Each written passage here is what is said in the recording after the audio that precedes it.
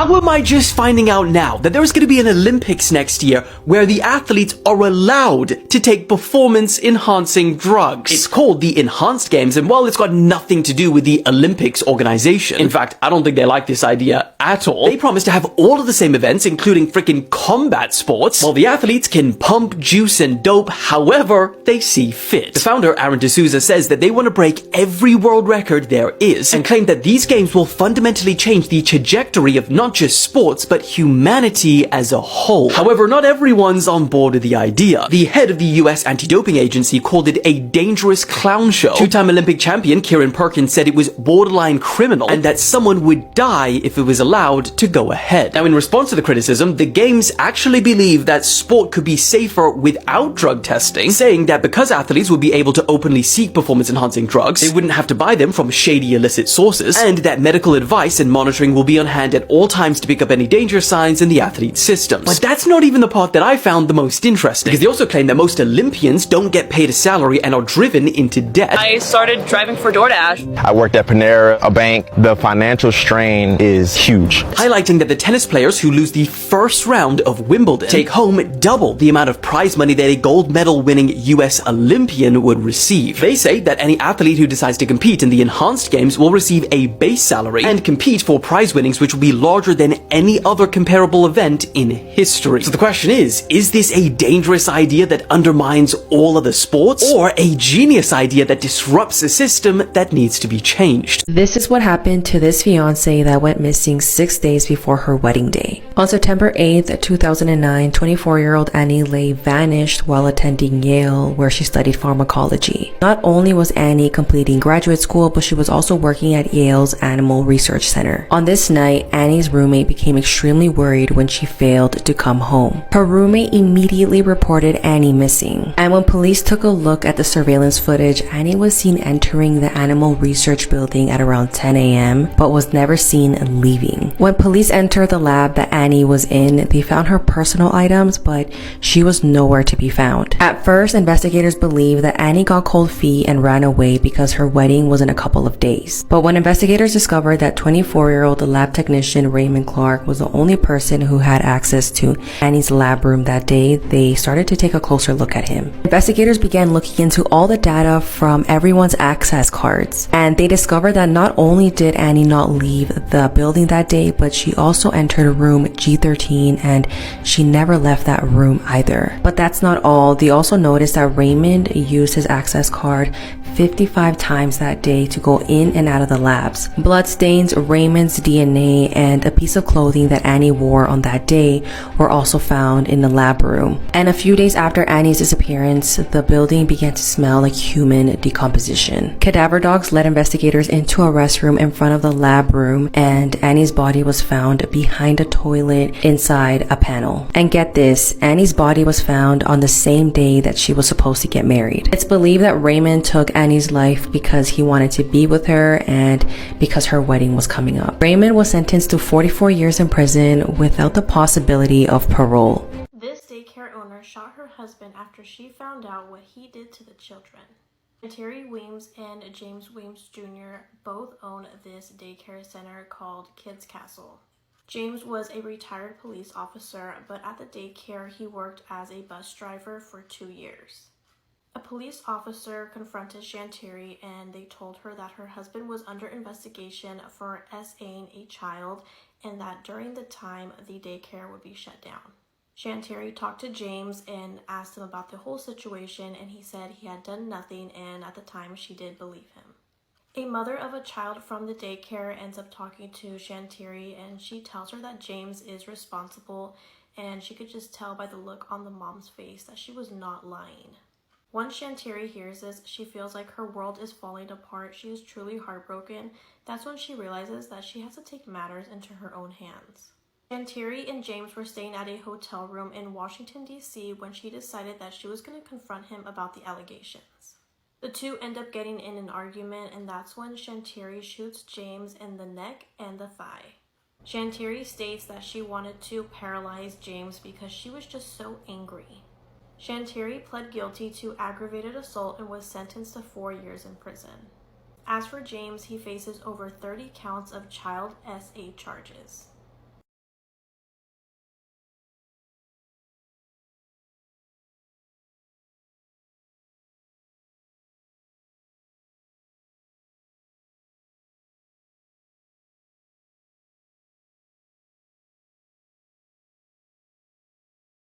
You guys, this is crazy. This couple from China was executed on Wednesday because they threw his 2 small children out of 15-story apartment window so they could start a new life together. Her name is Ye Chengchen and his name is Zhang Bo. And when they started seeing each other, he never told her that he was married and had kids. So when she found out, she wanted all 3 of them out of the picture. He eventually divorced his wife in February of 2020. They had a 2-year-old daughter and a 1-year-old son, and their custody agreement said that the mom would have the daughter and he would have the son until he turned 6, and then the son would go and live with the mom. But Ye apparently saw the kids as being a burden and an obstacle on them being able to have a future together. So over the course of the next 9 months, she urged and eventually persuaded him to get rid of the kids. In November of 2020, he called his ex-wife and asked if he could have the daughter for the day. And when she got there, the kids were playing near this window. And according to reports, he allegedly lifted the kids by their legs and just threw them out. He tried telling police that he had been asleep and had no idea that anything had even happened until he heard neighbors screaming. But authorities called BS on that pretty quick. They were both found guilty of first-degree premeditated murder, and they were sentenced to death in December of 2021. But then there was this lengthy appeals process, and the court said that their first decision was absolutely appropriate, and they upheld their sentence. This is the kid's mom. As you can imagine, she was completely beside herself. This viral mimic video of somebody hearing their mom call out their name when their mom is not home has a darker context to it that makes it so much scarier, and I haven't seen anyone talking about this. Gabe? Gabe, it's your mom. You should come out. You've been there for so long. Gabe? Gabe, it's your mother. Then what's your name then?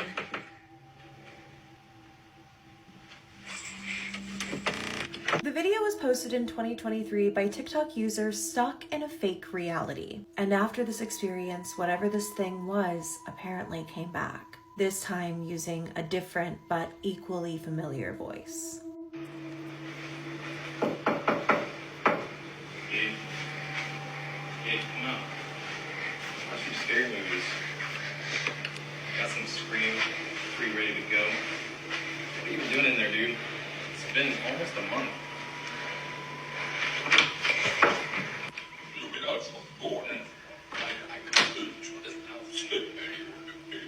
Now, all of these posts are hashtagged with ARG, aka alternate reality game, so it's safe to say that Gabe is not claiming that any of this is actually real, but I've heard it circling with a theory that it happened in the Appalachian Mountains, that it's a mimic, while the true story is a little bit weirder, because whatever this was, it basically found Gabe in the back rooms. Stay spooky, friends. This woman was bit by this priest when she tried to receive the Holy Communion. Tried to force it into my mouth. Okay. And I was like, no, you're not going to do that. And he's like, you want the bread, right? And I was like, not this way. So again, I'm not going to front. I went and I tried to grab another cookie, and that's when he grabbed my hand, and he just bit me, and I tried to just back away, but it was very indented before, and then volunteer. People that's in church right now. Okay. Yes. Okay, and you want to press charges? Yes. Okay. This happened in Florida during a Sunday Mass at St. Thomas Aquinas Church when this woman came up to receive the Holy Communion and was denied by the priest. She then put her hand inside where the priest held the host and tried to take it for herself. The priest then bit her arm so that she would let go, and he said that he had no other choice and that it's his duty to protect the Holy Communion. Now, this woman argues that the priest refused to give her the communion because she's a lesbian. But when authorities spoke to the priest, he said that he didn't even know that information and clarified that there's a rule that before anyone receives the communion, they need to confess first, which she apparently didn't do. You said it, and the nice lady out there said the same thing, that as long as you do the correct steps for the religion, you can receive communion just like everybody else. Of course. Okay. I know people who are homosexuals. Mm-hmm. They are not in a relationship. They want to be good Christians. They are following the rules, and I give them the communion. I'm not judging them. It's not my you know. But this woman said that she genuinely felt like she was treated this way because of her sexual orientation and will be pressing charges.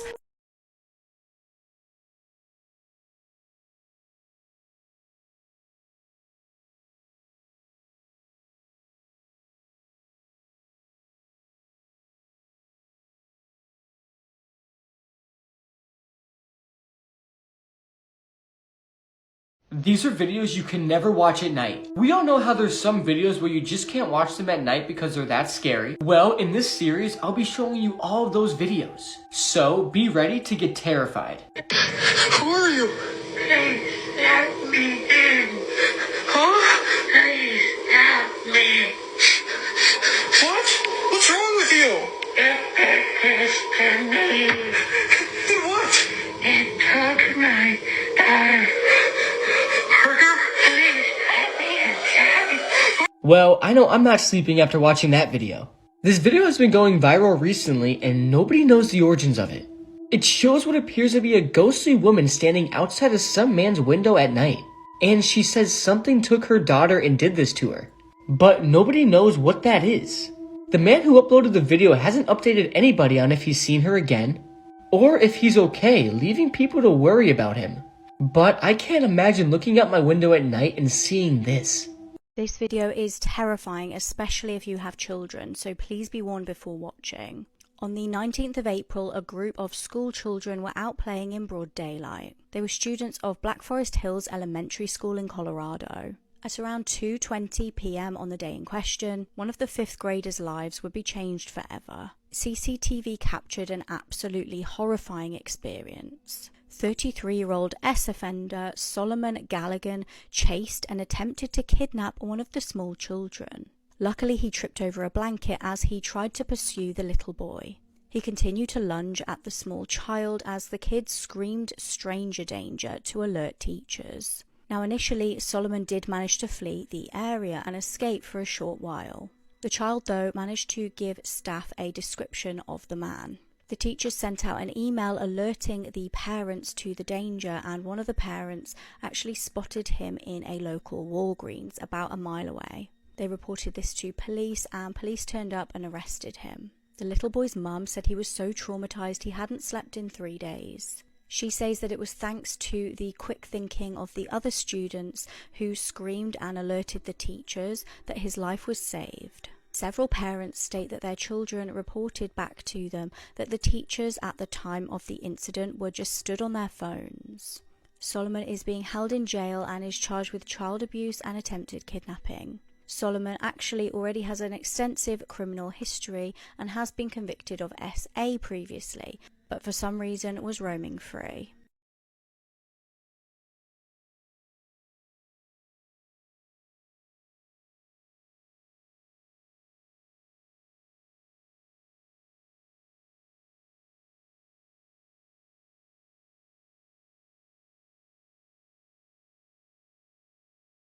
This is the India train video, one of the worst videos on the internet explained. This video that I'm about to explain is extremely awful, and it's known as one of the worst and most gruesome accidents ever recorded. The video was recorded in India and it's around 30-ish seconds long. The video starts and you are immediately hit with a disturbing sight. You see the aftermath of a man who had just gotten hit by a train, and it's likely this man had did this to himself. The man has a pretty large crowd around him filming the situation on their phones. The man has been completely cut in half and you can see his intestines hanging out of his body. And crazy enough, the man is still conscious and aware, but he is in a state of extreme shock. The crowd surrounding him, which also includes children, continue to look on and observe. And despite being cut in half, the man appears to stand up on his hands, and he manages to do this for about a second, until he hits the ground again. He falls on his back, but then rolls over so he is lying on his chest, and begins to try and crawl, and at this point people in the crowd can be seen kneeling and getting closer as they are recording what's happening on their phones, and this is where the video then concludes. This is a very short video, but it's insanely graphic. This video is also kind of aggravating to me because the crowd of people around the man are more worried about recording what's happening rather than helping a man who was just cut in half by a train. Obviously, nobody could have helped him at this point, but wouldn't you think at least one person would come over and comfort him? In his last moments of life? I don't know, I just think it's sad. Also, what makes it worse is that one of the people in the crowd recording uploaded the video online for the whole world to see. I don't recommend searching for this video at all, as it is very disturbing and not something you want to watch. This could be the most hated woman in America. This is 66-year-old Marcella Chichester. And in April of 2024, Marcella took off driving in her vehicle, even though she was far beyond blackout drunk. Now, Marcella was a somewhat distinguished woman in her community in Michigan. She had one point been a Commodore at a place called the Swan Boat Club, a bougie area for people to park their boats, have parties, and to enjoy some time in the sun in the Michigan summer heat. However, on that terrible day in April, Marcella took off driving in her vehicle. Like I said, hammered, drunk, she left the tavern that she was at, and she was speeding through the parking lot of the boat club when she crashed through a wall. Here's a photo of the damage that she caused with her vehicle.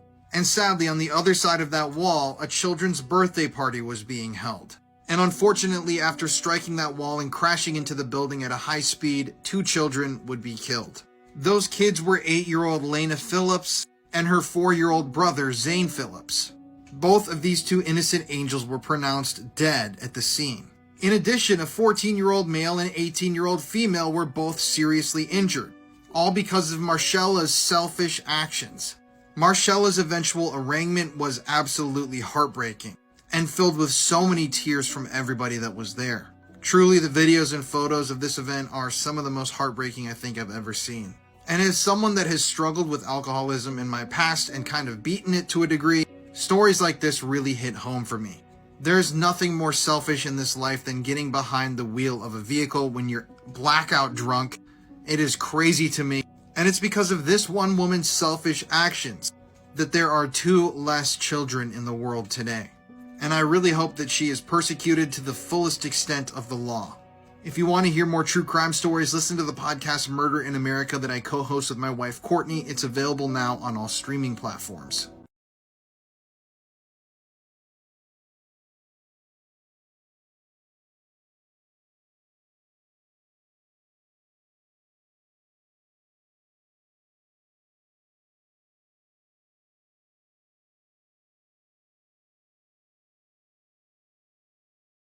The man behind me is the real-life human Dracula. His name is Tsutomu Miyazaki. He was born with a deformity that fused his wrists with his hands, so he was bullied a ton growing up.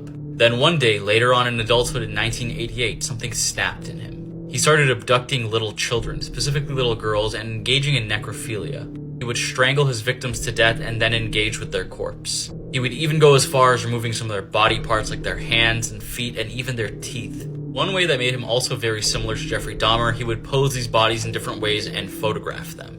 On one of his last instances before he got caught, he drank the blood of a little girl. And then right after that, he ate her hand. One day he was at the playground trying to take pictures of more little kids, and the father intervened and stopped him. So Mr. Dracula behind me fled on foot, naked, and was caught by the cops later on. That's when they discovered his disturbing collection of photos and body parts inside of his apartment. However, he blamed it on his alter ego named the Ratman. They were not playing any games with this guy, they immediately sentenced him to death.